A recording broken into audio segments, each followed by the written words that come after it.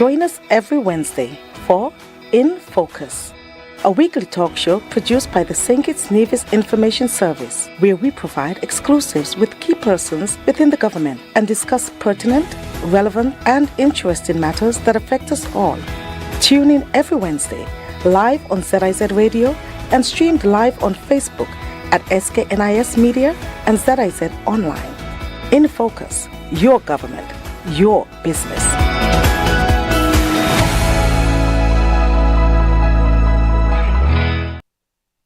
I'm Ian Richards, welcoming you to InFocus, a weekly program that takes a closer look at what's happening within and across the government of St. Kitts and Nevis. From the global shocks of fluctuating oil prices to the local efforts of empowering our youth through long-term financial investment education, the Cabinet Secretariat touches every household in St. Kitts and in Nevis. Whether it's the examining of past policy decisions or understanding new ones to push forward the strategic vision of a sustainable island state, there is a rigorous data-driven process happening behind the scenes to ensure our nation remains resilient in a stormy world. Joining us today to walk us through these policy decisions and to provide an update on the upcoming Independence 43 celebrations, as well as the historic hosting of the 5th Afro-Caribbean Trade and Investment Forum, is Marcus Natta, the Cabinet Secretary of St. Kitts and Nevis. Stay with us for InFocus as we explore the national blueprint from people to policy.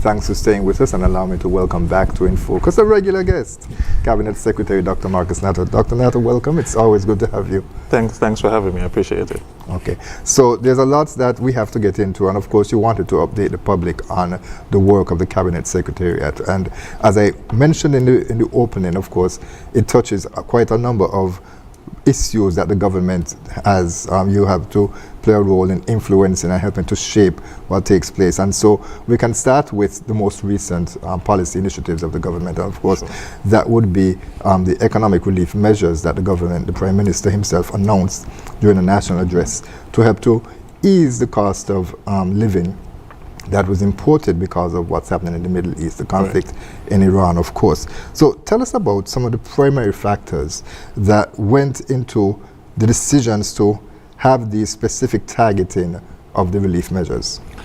Well, maybe I should start a bit more, give you a little historical context, because this really came out of the work of the National Cost of Living Task Force, which the Prime Minister set up several years ago. So I don't want the viewing and listening public to feel that this was something that just came about. We have been looking at cost of living long before any of these conflicts, whether Ukraine, Russia, or Iran, Israel, Gaza. We were looking at cost of living in general using our National Cost of Living Task Force. And so these most recent economic measures really came from discussions from the Cost of Living Task Force that we then passed on to the federal government. Mm-hmm. Okay, and we're going to talk a bit about that task force as well too, a bit later on, but specifically in terms of these measures, as I mentioned now, because we saw impact in terms of the oil, the cost of oil, that of course has been an issue, and many persons would have expected relief when we heard that the Strait of Hormuz was open, but now it's closed again. We have no control over that. Correct. But we have to suffer the consequences here in St. Kitts and Nevis and all throughout the world. And so tell us a bit about how it was decided that you're going to focus on energy prices, you're going to focus on solar, and the other initiatives that the Prime Minister announced. Right. I think the world is kind of giving us a geography lesson nowadays, right? I mean, many people didn't even know where Strait of Hormuz was. We don't think about those things. We think about our own personal context here in St. Kitts and Nevis, but we are very much interconnected, and the world is not as large as people may think it is. And so anything that's happening elsewhere often has a direct impact here. And in the cost of living task force, we are looking at the fact that we import a lot of things that we need, a lot of goods. We import these goods, whether it's food or other products. And so when it comes to that, you're talking shipping, whether it's by air or sea, all of these modes of transportation require fuel. So any changes in the cost of fuel, especially if it increases, means there's an increase in cost that trickles down all the way down to us as consumers. And so the cost of living task force really wanted to tackle the energy part of things in terms of fuel. And then, because we can't necessarily control shipping costs and the oil prices, we thought of, again, looking at alternative energy equipment and giving concessions on those. There's already a policy, I must say there's already a policy, but we went a little step further in removing not just the custom service charge and the duty, but also removing the VAT until the end of this year. And so we hope that encourages persons not just to get solar panels, which is good, and there's some good programs coming up with Solarize and Drive being launched soon, but also energy saving devices, accessories, parts that can also help to reduce your costs, personally, and even if you have a business, help you to reduce your costs there as well. So energy was on the forefront. It is also a big part of us in terms of our sustainable island state. It's a pillar. One of the main pillars is energy and energy security. And so the cost of living task force thought it best to tackle the energy security dynamics, in particular as it pertains to fuel, especially unleaded gasoline. There's some persons who are arguing, well, not arguing, but they're wondering when they'll be able to see a change. Yes. Because when we saw the conflict begin, almost immediately, and I'm speaking for myself, the price jumped up at the gas pumps. Yes. And there are persons who question, well, there does not seem to have been a new shipment that was imported. Correct. And so now that these measures have been taken by the government, how long can we expect to see that the prices will change? Because persons are seeming to suggest that the suppliers are likely to lengthen the process. Right. So is there any way that you can tell when adjustments will be made? Well, adjustments were made yesterday. So I'm happy to say that. We saw the first adjustment happening yesterday. The Prime Minister did say from April 20th, of course you need some days to adjust, and the Ministry of Finance and all the other technical persons have their work to do there. But we've seen a drop in over $1 EC per gallon already. It was $19.30 last week. For unleaded gasoline, it's now $18.19 per gallon. So we are seeing that already. And that comes from the fact that we reduced the excise tax by 50%. The next thing that we will see is the effect from the custom service charge, which we also halved from 6% down to 3%. But again, you won't necessarily see that right away, because that will come when new shipments of fuel come in, then we can take off the 50% of the custom service charge there. Who's in the room, Capsec, when these decisions are being made, when proposals are being passed to Cabinet to consider? Who's in the room helping to influence those decisions and inform the decision-making process? Yeah, again, the National Cost of Living Task Force is made up of private sector persons. We have supermarkets, we have the chamber on board, we have other persons from the private sector. Primarily, of course, we have those technical persons from the Ministry of Finance, we have our Department of Statistics, for example, and so on. So we have those technical persons that deal with finance, economics, that provide the data and also provide their expertise and their guidance as to these matters. A key player in this and stakeholder, of course, is our Customs and Excise Department. You know, they're on the front line, literally, right, on our borders for these goods and services coming in. And so they're a key partner as well, and they provide us some valuable data that we can use as well to make these decisions. Mm-hmm. And as we speak about that valuable data, it means when these concessions are made that the government is giving up. There's nothing as a free meal. Somebody has to pay for it. You have to pay. If you have a plate of food, somebody has to pay for the rice. Even though it might be free to me, somebody has to pay for it. It might be the cook, it might be the restaurant, whoever. In this case, it would be the government because they are foregoing revenue. Correct. How much are they foregoing? It's quite a bit, right? It's quite a bit. For the fuel in particular, just going from $1.98 to 0.98 cents, for example, per gallon, and the excise tax, that's going to be savings, let's say. I would say we're passing this on to the consumer of 1.2 million EC dollars over these next few months, because we're doing it until July 31st in the first instance. And in terms of the custom service charge, from the Ministry of Finance, they've indicated that cost would be about 600,000 EC dollars. Now, another initiative that we have done is that because, again, of the shipping companies would add surcharges depending on their own, operational costs going up and so on. And what the government has decided to do is not to charge any tax or duties on any additional surcharges that are implemented by the shippers.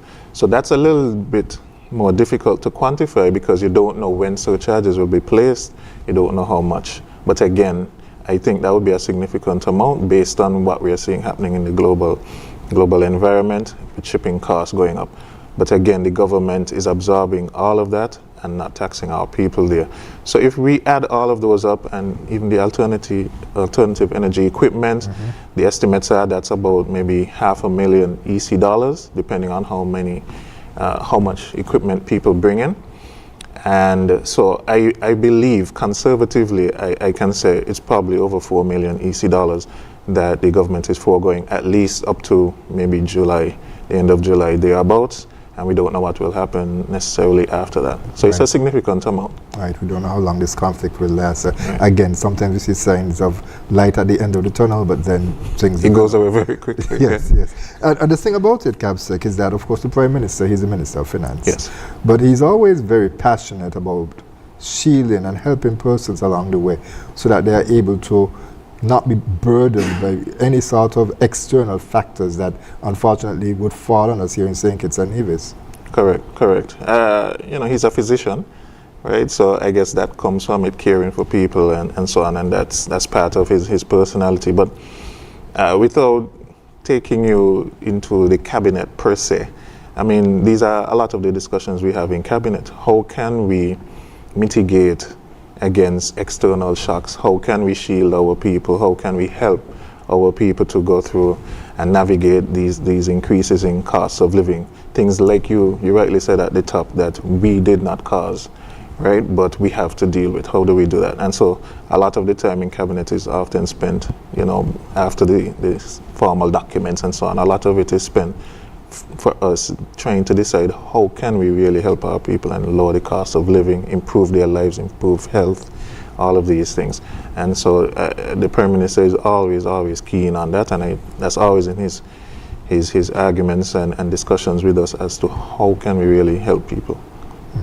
Okay, and so one of the questions that also pops up, and I hinted at it earlier as well, but I want to hone in on it specifically because, of course, the Prime Minister mentioned that businesses are encouraged to pass on the savings that the government is granting to help ease the financial burden on our customers here in St. Kitts and Nevis, our consumers, to pass on the savings that the government is foregoing essentially. Is there a mechanism in place where that can be ensured rather than giving that strong encouragement that there is some teeth, that there is some sort of a policy or legislation or whatever to enforce that? Yeah, some of that is already being done, right? Because we already have thresholds on the cost of certain goods and margins by which persons can add their profits and so on, and you can't go beyond certain thresholds. So that's already in place in certain instances. But one of the key players that is at the table in terms of our cost of living task force is the Consumer Affairs Department, and they are key. They monitor, people know them for monitoring our supermarkets, but it's not just the supermarkets. They have a mandate to monitor prices across the board, monitor businesses, especially when we implement these economic relief measures, making sure that the businesses do adhere. So they have their inspectors, they have their officials who go out, monitor before, always monitoring, but monitor before something is implemented and during as well the implementation, to make sure there's no price gouging, there are no nefarious acts being committed by the businesses onto their consumers. And we have to realize that we are all consumers, right? Me and you, we are consumers as well, and so we want to ensure the best for us as well as the government. And so the Consumer Affairs Department is really key on that, and they're the ones who are really mandated to go out there and do that for us. Maybe this is a good time to make a plug for the SKN Smart Shopper app that the Consumer Affairs Department launched, right? Yes, so I would encourage persons to check it out. I know they had one some years ago, but they've really retooled it, revamped it, and it's a wonderful app. You can go and see the prices for your goods, your products, produce, and compare, and map out where you would want to go and purchase and so on. So you should really check it out. And of course, that speaks to as well to a campaign that the National Cost of Living Task Force has been running. There's been some infographics that have been produced, and we established already that we're not, when I said we, as in the government is not forcing anyone to go and buy a product. If you prefer Kellogg's cornflakes, that's up to you if you want to spend the money. However, there are alternatives that you may want to consider. Yes, of course. And so we started this Smart Spend SKN campaign, as you rightly said, and we put out some infographics on that and did some comparisons across brands and showed the different prices. And so, it generated a lot of buzz, I think, with the public. But the underlying thing is that we just want persons to make wiser decisions. We want you to, read labels more, look at the prices, look at the ingredients, because often, a lot of times, the quality of the products when you compare the brands, there's no difference really. A lot of times, some things, of course, there's taste, and persons have particular taste. Somebody might like a particular brand of water versus another one.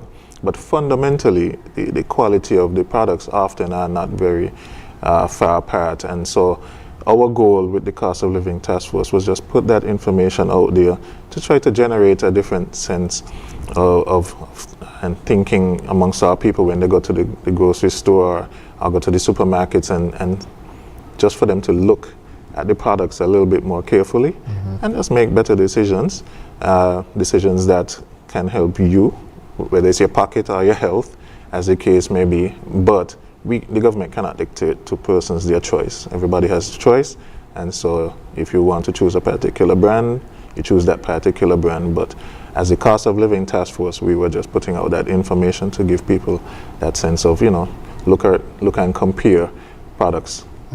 Right, St. Kitts and Nevis remains generally a free market society, of course. Have you gotten any feedback from those graphics in terms of the impact that they're having on consumers and consumer spending? Yeah, we have through social media mostly. I can't say we did like a formal survey or anything like that, but through the feedback from social media, you can tell from the comments. Some persons would of course send emails and say what they liked, what they didn't like.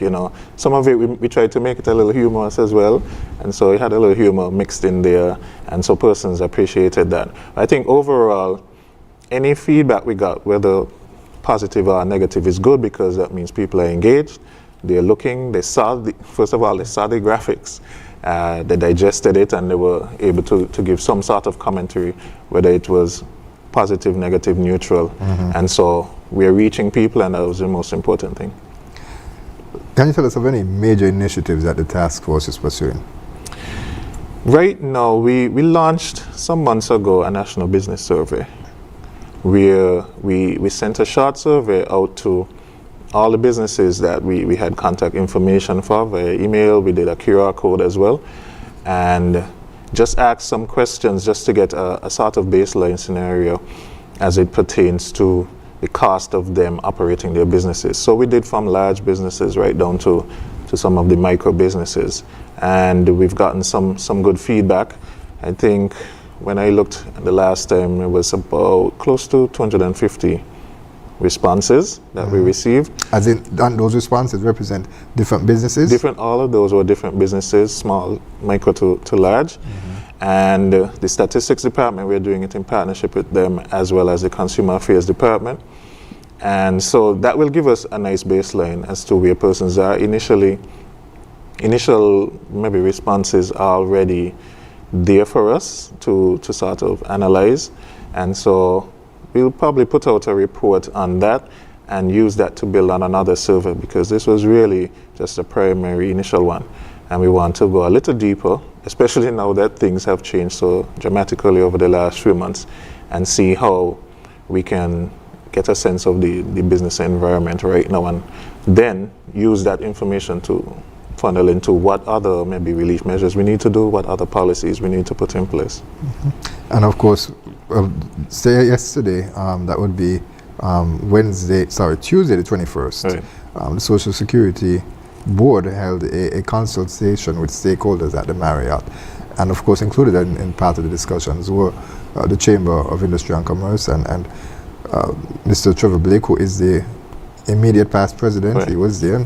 He spoke for businesses. He did say that he could speak a bit for the Chamber, although he's not the president. He's still, of course, a member. Right. And he spoke very importantly about the need for businesses and government to cooperate together in terms of determining the impact of policies, that there are forecasts that are made by businesses that would impact any decisions that are made, would impact their forecasts and affect their bottom line and their operating costs. And so there's a whole ecosystem that has to be determined. Yeah.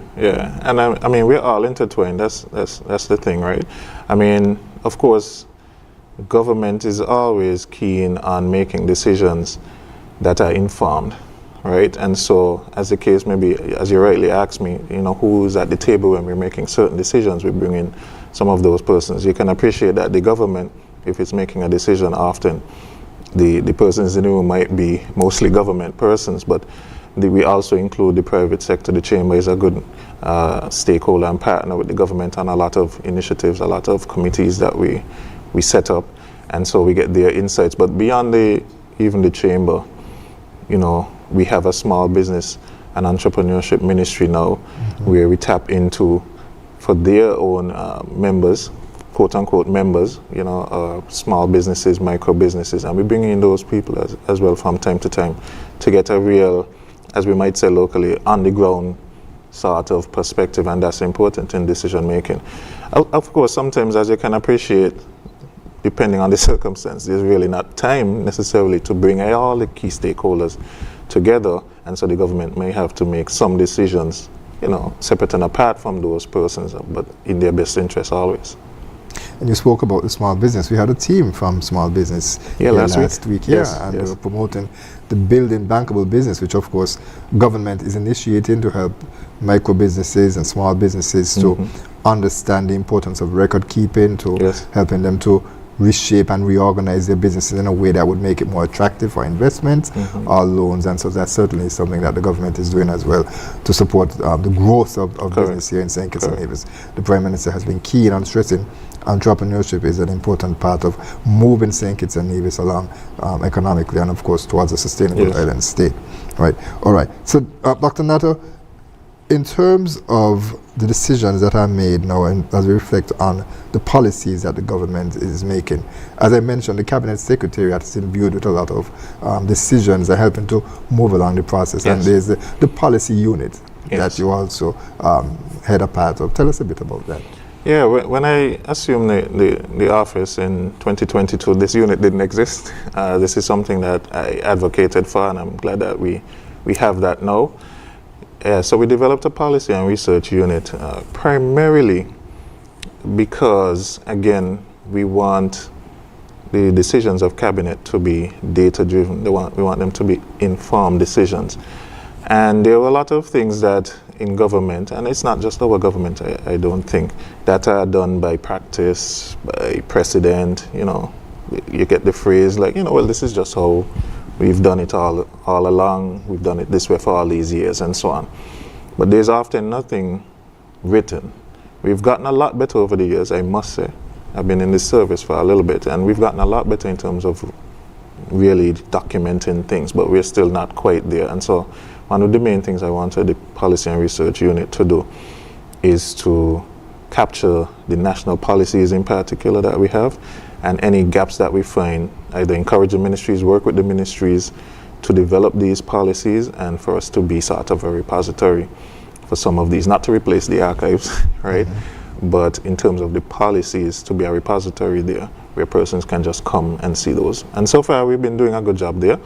There's actually on gov.kn, our government website, there's actually a specific tab that points to specific national policies, and persons can go there, view them, download them.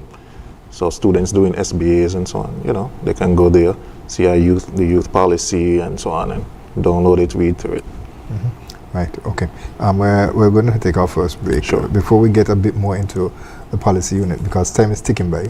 Sure. So we're going to take our break now. Viewers and listeners, stay with us. We'll be right back with more in focus.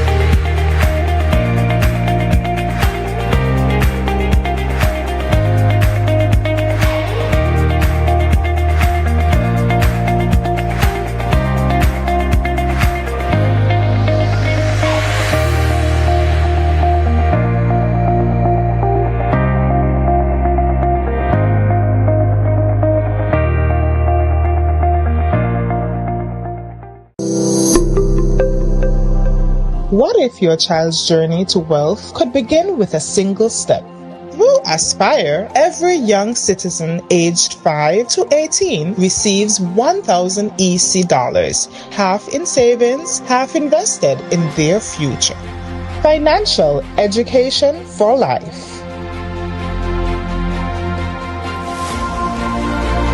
Sign up today. Give your child a future of financial freedom. Don't wait for wealth to knock. Create it with Aspire.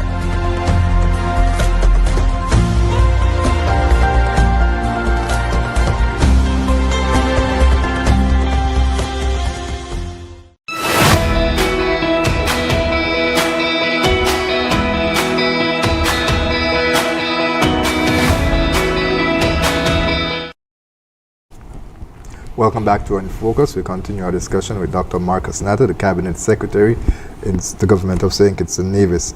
Dr. Natta, we spoke about the policy unit, and you spoke about the importance of having a repository where you can go and find the different policies that the government has passed, and that would help to influence, of course, new policies.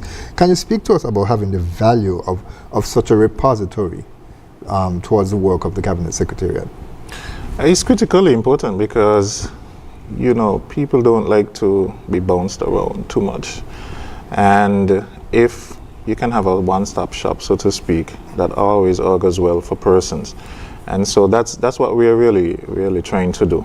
We don't want people to be wondering and guessing, like, is there a youth policy? Is there a sports policy? Where can I find it? You call the sports department. They say, yes, we do have it. You have to come down to the sports department, or we have to email it to you. If we can put things in one spot and have persons go there, it's a lot easier. And like I said, we're well on the way to that because we've gathered those that are already available and we have them on the government's gov.kn website, and persons can just go there and pull them down. But our goal is really to expand that, and more so to do some research and see what other national policies do we really need to also look at, those that may have expired, those that don't exist at all, and work in coordination with the ministries to get those accomplished. Is there anything that you would have identified initially that would need work on in terms of policies, that there needs to be more of an area development there?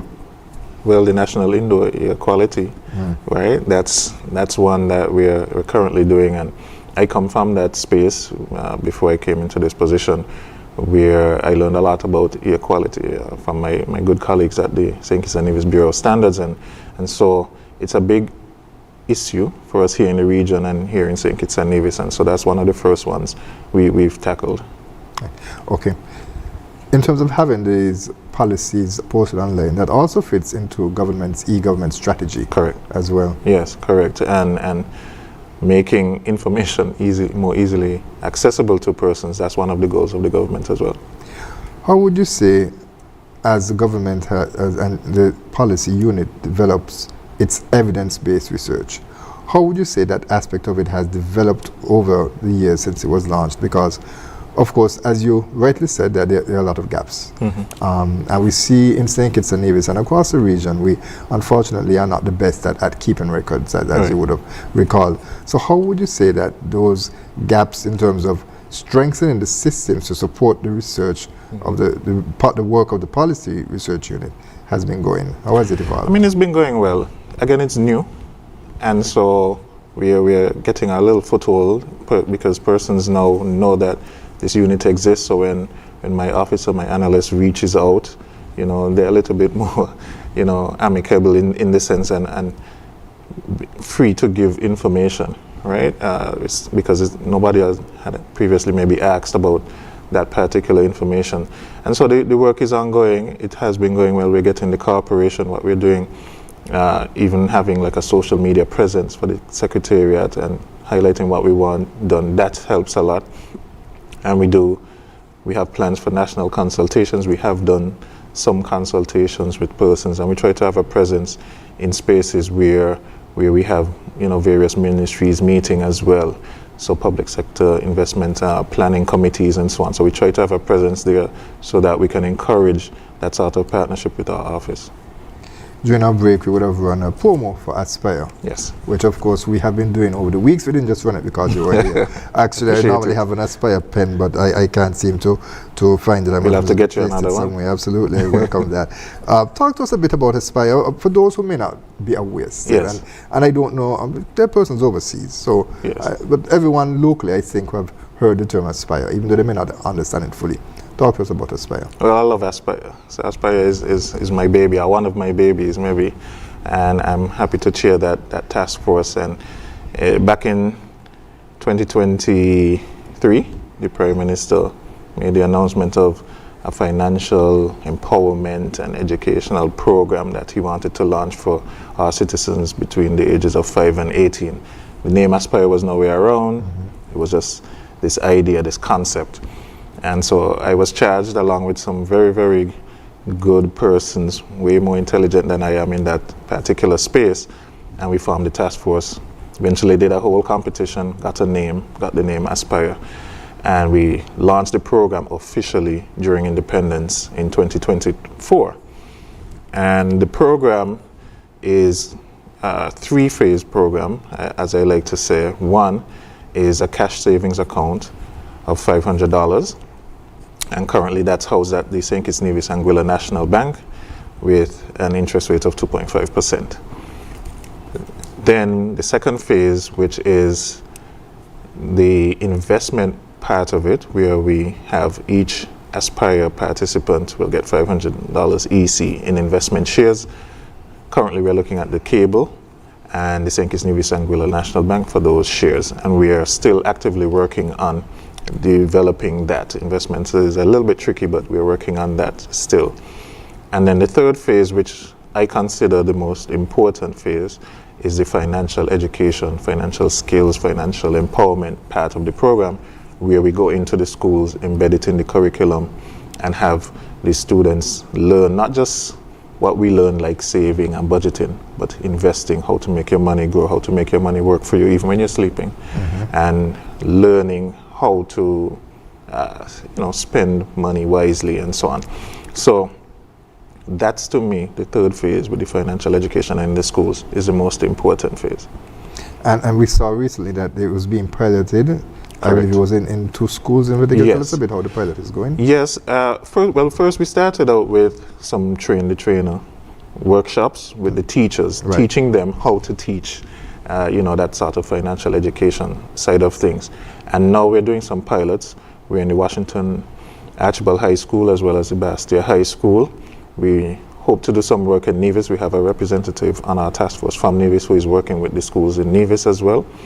And that's been going quite well. The teachers are happy because we didn't really want to add a burden to the teachers, like another class to teach, So we've tried to weave it in nicely into the curriculum so it's not onerous on the teachers.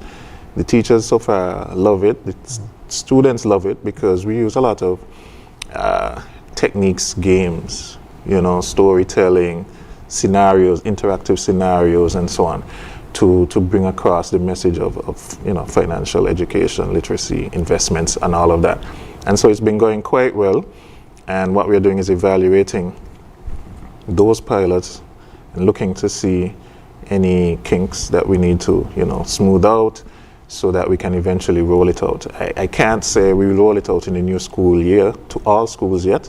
We'll have to evaluate the pilot some more, but we hope to roll that out to all the schools pretty soon. If not this year, hopefully next year. Right. Or some phased approach, add more schools and gradually implement the others. Yes. Right. So let me just back up. You said that it was launched in 2024. And of course, the important part of it in terms of the savings and investments would include accounts being created, as you mentioned, within the National Bank. I think it's Nevis and Gouda National Bank. Yes. To date, or should I say based on recent figures that you have, how many children have been enrolled? So far, we have 4,385. I checked. You see, I know the exact number. I checked just before I came on the show. But we have 4,385 students currently. And all, if not all, have already savings account. I think just over 4,300 have savings accounts. Depending on when they were approved, it takes a little bit just to set up the account and seed the account with the funds. But that's a significant figure, and we're happy. We've had over 5,500 applicants. But of course, not everyone will be accepted. Most persons who are not accepted, it's because they are not citizens of St. Kitts and Nevis, and the program is only for citizens of St. Kitts and Nevis. And the other numbers that we are trying to bring down are those which we have labeled as incomplete. Somebody may have started, and we have just about 900 of those, which is a significant number. And so we are working with our colleagues at education. We have a team there. We have a team at the cable, who is one of our partners, who call persons, follow up, help them to complete, ask them to complete, upload documents that they may have not uploaded. But I think we're doing well in terms of the registration so far. 4,385, that's equivalent to, as you speak, $1,000 per child. That's 4,385,000. You're maths man. Just add zeros. Just add zeros. Yeah, that's a significant investment. It's a significant investment, and the government of St. Kitts and Nevis, of course, is proud to do that. I mean, the Prime Minister has said that for us, for him, persons like me, maybe you, in terms of our financial start, he's always made the analogy of a race, and that we were starting not at the start line but behind the start line. And so what he sees Aspire as is giving persons that, moving them up to the start line in terms of when they're adults now, that they have a foundation, a financial foundation on which to build, not just the actual dollars, but the knowledge in how to use those dollars. And also, as we would have seen recently, the ECCB, Eastern Caribbean Central Bank, would have launched the big push, the strategic plan for the next 5 years. Yes. And one of the points made by Governor Timothy Antoine was that the region, the ECCU, has a lot of savings, a lot of monies in savings have that lots are of in the cash. banks. Yes. Yes. But very little in terms of us as nationals of the ECCU in terms of investments. Very little. That's correct. And it's just because people just don't know. People just don't know. I consider myself a very intelligent person, but I wasn't brought up necessarily with that knowledge about investment stocks. We weren't taught those things. We weren't, whether in our homes or at school, we were taught to save, budget, So the investment side of things is something that's new to us here in St. Kitts and Nevis. Like I said, the ECCU, a lot of persons just don't know. And they may think you need to have a lot of money to invest. And it's often not the case, right? You can start with something small and just, build up. So it's something that Aspire hopefully will change for the next generation, that they will get this knowledge. And the beauty about Aspire is that although I told you this significant number of persons who were rejected because they're not citizens, those same young people sit in the classrooms. And as I said, the third phase is the biggest one to me, is the financial education. So even if they don't get the $1,000, they're getting something even more valuable because they're getting that education on finances, investments, and so on. So to me, the program is really a win-win all around, whether you're a citizen or you're not a citizen. And the thing about it is, too, Dr. Natta, of course, if the parents can match, and I'm not speaking specifically to those who are eligible, I want to come to those in a minute, but those who are not eligible, those who are not nationals of St. Kitts and Nevis, their parent, there's nothing stopping them from going and having that $500 and investing it into, say, government bonds. Because, of course, the Prime Minister would have gone ahead and reduced the limit for persons can invest, and it came down to $500. Correct. And what I envision happening is those same young people going to their parents and telling them, well, I learned this thing in school and so on. Can you help me invest in something? That's where I think we are going to reach as we continue with the Aspire program. Okay. You mentioned, of course, as we go back to the fact of 4,385 persons, do you have a sense in terms of how much of that formed youth population who would be eligible, of course, nationals of St. Kitts and Nevis? Yes. From our discussions with the Ministry of Education and the numbers we got, we have around 9,000 to 10,000 students that are in that age bracket. It's a little bit tougher to carve out all of the nationalities, citizens, non-citizens, but just based on that number, and if you remove some of the persons who are not citizens, we are well over 50%. In terms of the eligible persons, right? Because we're already 4,300 plus. So I think we're doing quite well for a program that was officially launched, like I said, just 2 years ago, right? And we're constantly building every day. People apply, and we continue to spread the word about it, so persons know that it's, of course, every day somebody might turn 5, somebody might turn 18, as the case may be. But I think we're doing quite well, and we're over 50%, and we're pushing to get the numbers up even more. Have we seen persons, again, as I come back to the point that I made earlier, persons, parents, godparents, whoever, even the children themselves, they can do so. They can take their own monies and invest it on the savings account that was created for them under Aspire. Have we seen any of that happening? Oh, we see a lot of that. We see a lot of that. And so persons are already depositing, they're going all the time. A child might get some birthday money and so on. They go in, they deposit. So what we are working on next with the bank, which is not there currently, so I just want to give the public the assurance that we are working on a portal where these Aspire participants, they can go in and view their account, and like the ad says, watch their money grow, because that's an important part of it. You don't want to just be depositing and you have no sight of what you're doing. So I want to assure the public that we're working closely with the bank on getting a portal set up so that they can view. The point is, you can't make transactions. So it'll be probably just view only, and you can watch the progress of the of your account. So you can make deposits on the account, but you cannot make withdrawals until the end of the Aspire program, 18, when you're 18 plus. Right. Yes. And hopefully, of course, equipped with the knowledge of investments, it will be used for such to further your education. Of course, that would be a big help as it grows interest and because it's special interest rates and investments as well, that the return comes in, that they'll be able to fund their own education. Of course. Of course, the Development Bank has reduced rates and they've put a freeze on, thanks to the Prime Minister as well, to have to complete your studies. So it all works together. Okay. It all works together. Yes, it does. It does. Right. Okay. Let's shift our attention now, Dr. Natta, to the 5th annual Afro-Caribbean Trade and Investment Summit. Yes.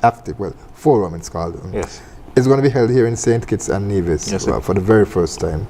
Tell us a bit about the significance of St. Kitts and Nevis, the smallest Western sovereign country, hosting this conference. This is a major forum. The very first trip that the Prime Minister went on when he became Prime Minister back in August 2022 was to Barbados for the very first active, and I was privileged to accompany him on that very first trip. And so this has been something that's been building for quite some time, where we are trying to bridge our two regions, the African continent and our Caribbean region. We have lots of historical ties, as you know, lots of cultural ties, and so now we want to build on those ties and include trade, investment, tourism, education, and we're already doing that. So St. Kitts and Nevis is proud to be hosting the 5th annual Active. It has been growing annually. Last year it was in Grenada. They had about 1,800 delegates, and so we're going to see a significant number of persons come into St. Kitts and Nevis, not just from the African continent, but from the diaspora, the global Africa diaspora, and from our own region as well. So it's a huge forum, and we want to, and we will ensure that our local service providers, vendors, get an opportunity to, ply their trade, showcase their wares, as the case may be, as well. When and where will this be held? So this is due at the end of July, so July 29th to 31st, and the primary location will be the St. Kitts Marriott Resort. What sectors do you expect will be further enhanced from having Active here in St. Kitts and Nevis? All of them. I mean, I know that's a broad answer, but specifically, and I must say, for Active is an initiative of Afrexim Bank. And Afrexim Bank is a huge bank in Africa, headquartered in Cairo. They've been doing a lot of development work in our region, and in particular in St. Kitts and Nevis. So we are proud that we can partner with Afrexim Bank. So I just wanted to state that. But when I say all the sectors, I really mean all, because although it talks about trade and investment, like I said, I mean, you're talking tourism, you're talking education, even utilities. We are looking at all of these things with our sustainable island state in terms of digital transformation. All of these areas are impacted. Of course, having all of these people here is great. It's going to bring some revenue into the country. But once they leave, they're not just leaving, they're making connections with our own local persons, which can redound to entrepreneurship opportunities as well. Even music, art, all of these things. As part of Active Day is going to be Active Fest, which is a huge concert that they do. And it's not just music. They're looking at dance, they're looking at also arts, visual arts. And so there are a lot of opportunities, and like I said, it's for our people to make the necessary connections and capitalize on these opportunities from a forum like this. With that fest that's coming up that you talked about, of course, showcasing local talent will be an important part of that. Of course. And so, as we partner with Afrexim Bank, they have their persons who they would want to bring in. We have our local talent, regional talent will be coming in as well, and so I can foresee it being a really, really good event. So we're coming up to the end of April, so there's just about over 2 months left to be able to learn more and register. How can persons do so if you're interested in being able to participate? Is that available right now? It's not available as yet. We are working with Afrexim Bank. We have a draft website right now. I was actually just previewing it earlier today. And so I believe they've started some registration in terms of those persons who have to fly in. But in terms of the local persons who might be exhibitors and vendors, we're not quite there yet. And once that is ready, we'll put that out to the public. Afrexim Bank, during the CARICOM 50th conference that was held here in St. Kitts and Nevis, pledged an additional support in terms of investment for the region from $3 billion to $5 billion. Correct. That's an extra $2 billion. Yes. That was before the conflicts that we are seeing now. Yes. Is there an expectation that the geopolitics will take away from some of that investment and also impact participation in active? We have not seen any indication of that. The bank has assured that their pledge is still solid, and maybe the conflicts might even push them to increase rather than decrease, noting what may happen. And it's important that you point out the conflicts and the fact that we have been trying to, like I say, maybe rebuild this bridge, right? It wasn't a very nice bridge in the middle, in terms of the middle passage, but we're building a new bridge that will be better than that for sure, long before these conflicts even started. And so it shows the importance and the vision by our Prime Minister and his fellow Caribbean and CARICOM colleagues in making that connection with Africa so that we can trade, we can invest, we can go there, as opposed to what's happening north of both of our regions. And so I think it's visionary, and I think it is timely, and we are bearing the fruits already from that partnership. So I again, the bank has pledged their support, and I probably foresee them looking at improving and enhancing on that support. The importance of having a stable region. Yes. Again, and also with the currency union that we have, a very strong currency strong union. Dollar, yes. Right, absolutely. And we're going to have the governor of the Eastern Caribbean Central Bank on sometime in the future to talk a bit about the importance of having that strong dollar. Yes. Of course, the 50th anniversary of the peg of the EC dollar to the US dollar is coming up, and so we'll be exploring that with him and other officials from ECCB. Let's shift. Sure. Independence 43. Yes. Where are we? Well, we are in the early planning stages. And independence is always a wonderful time for us here in St. Kitts and Nevis. It's a time to, pause and reflect and look at where we came from, where we are, where we're going, kind of block out a lot of the other noise just for a moment and focus on St. Kitts and Nevis and our patriotism. And so our planning committee has met already, and plans are well underway. One of the things we've done is launched our theme competition. Annually, we always want independence to be commemorated with a particular theme, which would drive the activities around independence. And so that competition has begun, and the deadline is April 30th, so persons can still have some time to think of their themes and submit them. And persons looking at this program would see, and if you could just put back up the theme, if you could just talk to us a bit about some of the eligibility requirements. Yeah, sure. So we want the theme to be concise, 6 to 8 words, and we really want it to reflect St. Kitts and Nevis, right? And it should be a reflection of you, the person who is submitting, what you envision for St. Kitts and Nevis. What would you like to see St. Kitts and Nevis be? It should capture our culture, the essence of St. Kitts and Nevis as a whole.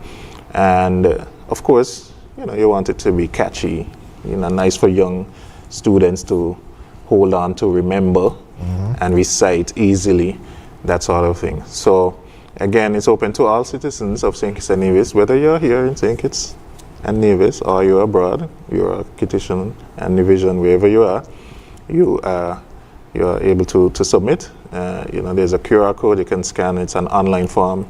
You fill that out. It takes you less than a minute, and you make your submission. And you can submit more than one. So you can make a submission, log out, go back in, make another submission, as the case may be.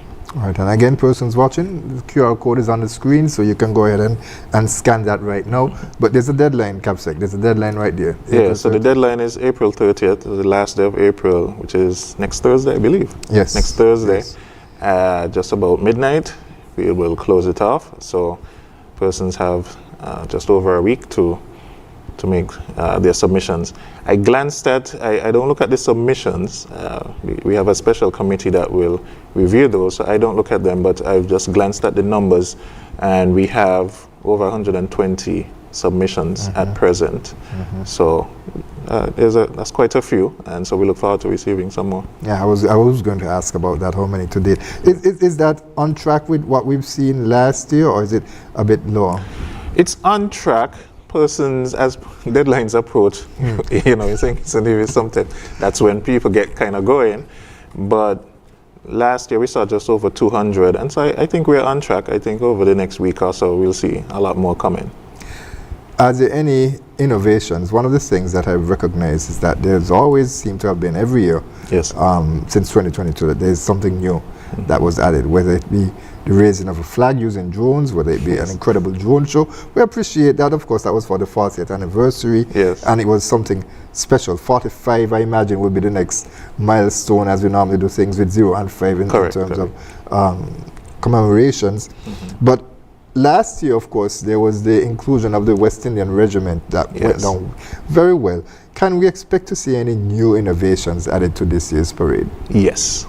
That's the short answer, yes.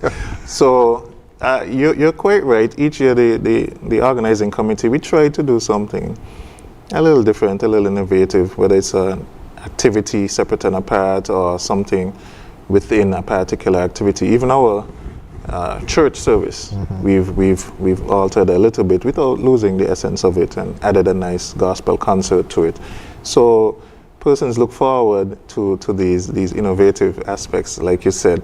I would say before I get into any changes, one of the things that will remain the same, that we changed some years ago, was the time of the Independence ceremonial parade. Traditionally it was in the morning. It is now in the evening. It will remain in the evening, at least for the foreseeable future.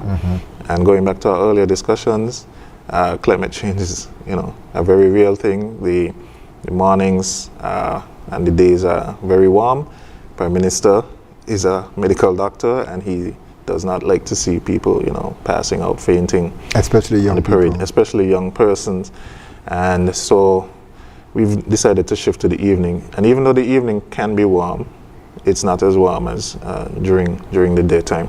So I just wanted to say that the parade will be in the evening. But that's not unusual. I've looked at parades across the region, and yes, I haven't seen anyone that has it in the morning. I may be wrong, but the majority of them, they're either in the afternoon, going into the evening. Yeah. So the traditionalist might be upset. I remember going to the parade with my father, and so I'm a traditionalist. I like the morning, but I fully understand what's happening right now with global warming and climate change in general. And so what we want to do with the parade in particular this year, which we don't have it set yet, is do, like I said, something a little different. And the West India Regiment from Brimstone Hill, when we brought those last year, I know people really, really enjoyed that. And so we might do a little something there as well and tweak it a little bit. But we're looking at some other innovative aspects of it. Again, not to take away from the tradition, it is a military parade, so the military aspects will be there, but there are going to be some other aspects that we want to include. One of the things we try to do sometimes as well is have a visiting, unit from overseas, military unit, as the case may be, to come and be on the parade with us. We'll see if we can facilitate something like that. But there's some other innovations that we want to do, as well as maybe some of the activities we're going to put out a call soon for fringe activities, because it's not just government. We welcome private persons to celebrate independence, commemorate independence, and so we look forward to receiving those as well. Okay. Dr. Natta, we have about 30 seconds left, so I'll give you an opportunity to make any final comments about the work of the Secretariat. Time flew the honors today. But I want to thank you again, Mr. Richards, for having me on InFocus. It's always a pleasure to come and speak with you and speak to people of St. Kitts and Nevis. We covered a lot of things today, but I just wanted to highlight the Cabinet Secretariat. When I started, it was just me and one staff. I now have 2 additional staff, which is good, and so we are trying to do some more work. We are trying to highlight the work of the Cabinet Secretariat. I don't think anybody really knew what the Cabinet Secretariat did, or the Cabinet Secretary for that matter. I don't think it needs to be a secret, because I think we do some valuable work. Today's Administrative Professionals Day, so I want to say happy Administrative Professionals Day to my staff, as well as any administrative professionals across St. Kitts and Nevis and beyond. They are the backbone of my office and help to do a lot of work. So I just want to encourage the public, the Cabinet Secretariat, 3rd floor, we're on Government Headquarters, Church Street. If there's anything that you need information on, policy-wise, or anything in general about government that we can assist, we are open. We're on social media, Facebook, Instagram, you can reach out to us. As it pertains to some of the things that we discussed, especially the cost of living, I want to thank my colleagues in the National Cost of Living Task Force for their hard work and their advice and guidance to the government. And we continue to monitor the situations across the globe and see how we can shield and protect our people. Again, the government of St. Kitts and Nevis is in a position where we do not cause a lot of the shocks that we experience. We experience economic shocks, natural shocks, right? Climate change and so forth. But that's no excuse for us not trying to mitigate, adapt, shield, protect our people from these shocks. And that's what we continue to do each and every day. And so we continue to ask the people of St. Kitts and Nevis to work with the government, do what you can, and rest assured the government will do what it can to assist you as well. I'll borrow a quote from ECCB Governor Antoine: if we are standing still, you're falling behind. That's correct. Ladies and gentlemen, we'd like to thank you, Cabinet Secretary. Thanks so much for having me, man. Thank you. Thank you, viewers and listeners, for joining us for this edition of InFocus. We trust that you will join us next week at the same place at the same time. Remember, at InFocus, we discuss your government, your business. I'm Ian Richards. If you haven't done it as yet, please do it today. Subscribe to our YouTube page at SKNIS Media for regular updates, live coverage, and even more information on your government. While you're at it, like, share, and interact with our Facebook and Instagram pages at SKNIS Media and SKNIS Info. Join us every Wednesday for InFocus, a weekly talk show produced by the St. Kitts Nevis Information Service, where we provide exclusives with key persons within the government and discuss pertinent, relevant, and interesting matters that affect us all. Tune in every Wednesday, live on ZIZ Radio and streamed live on Facebook at SKNIS Media and ZIZ Online. InFocus, your government, your business.